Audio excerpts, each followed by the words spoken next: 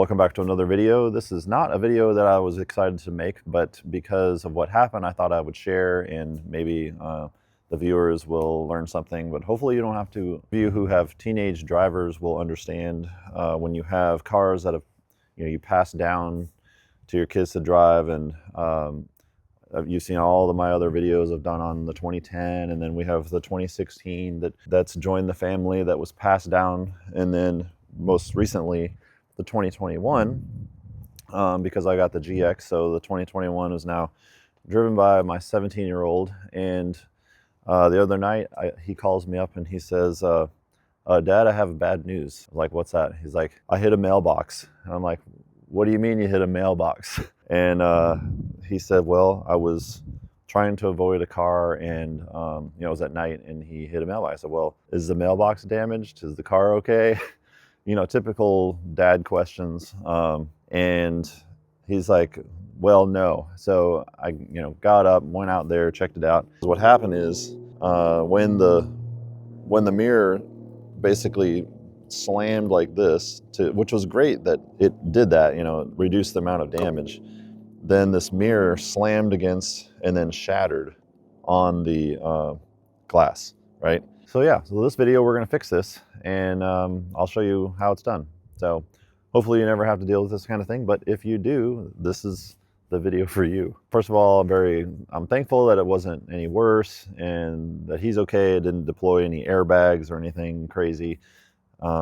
It's just a mirror. And looking at what we're looking at here, I'm not even going to replace this this piece. Like I could replace this, but having a little crack right here is barely noticeable, so I'm just going to leave that.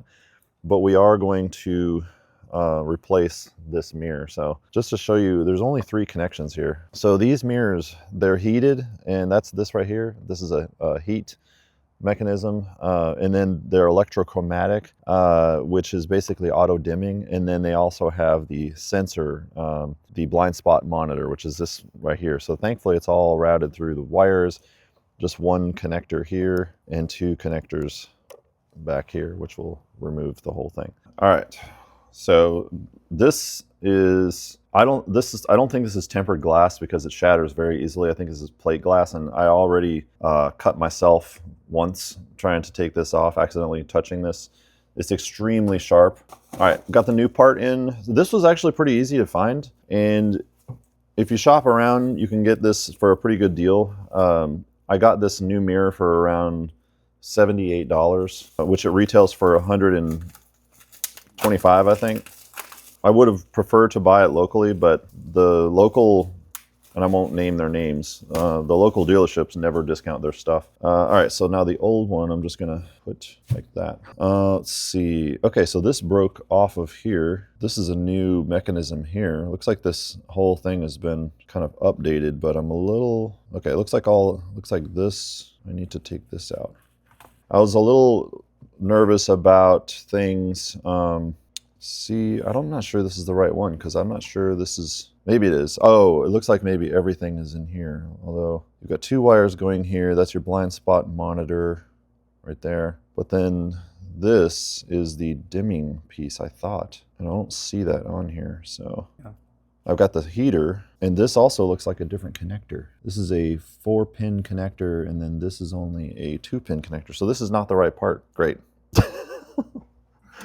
Oh man, I have to send it back now. That stinks. So here's what I did, okay? Right on the back here is the part number. I looked up this part number. Whoops, I had it right the first time. I looked up this part number right here, and then I ordered it. So why would it be different? Doesn't make any sense.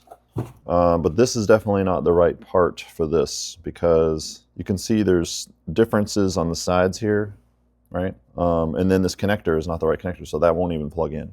So, all right, I'm gonna have to call, I have to send this back call, so we will pick this video up again in the future. All right, so it has been a week, and we sent the wrong one back, which, by the way, I put all the information in the computer, and so it was actually their fault. So normally if you have to return something to Lexus, they charge you a 20% restocking fee. So I was able to get them to waive that. I still had to pay for the shipping back, which was only like $6, so it wasn't a big deal. But One recommendation that I think would have guaranteed that I got the right part from the beginning is if I would have given them the VIN number of the car, because there's different variations of the same exact model, and I just happened to get the wrong one, the wrong variation. And so they put the VIN number in, they got the right one. Unfortunately, when I placed the first order, I was able to use a 30% off coupon. So I got it for like under $80 shipped.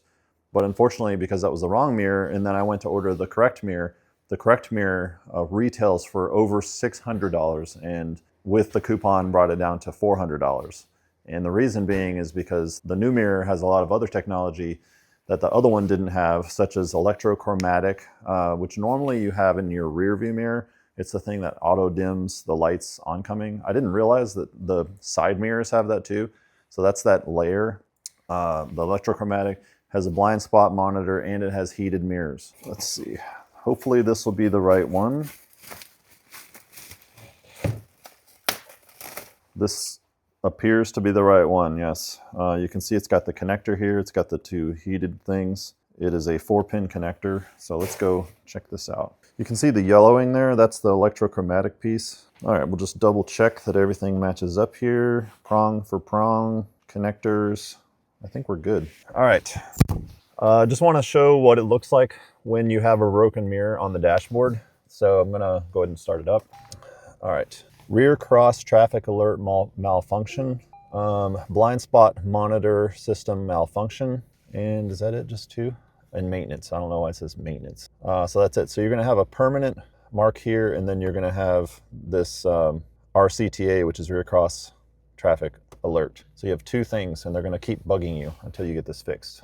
So, all right, so let's go ahead and plug this in, and then we'll try it again and hope the lights go off. All right, so you can see here, thankfully, when I was doing this in the middle of the night, when I took the other one off, I sort of crunched the connector just a little bit, but you can see where really you have to push down on this little tabby thing right here to get it off. It's not the greatest. Now what I'm gonna do, so I'm gonna put these two clips on right here, but that's a heater. It doesn't matter which order you do it in, you can do it either way.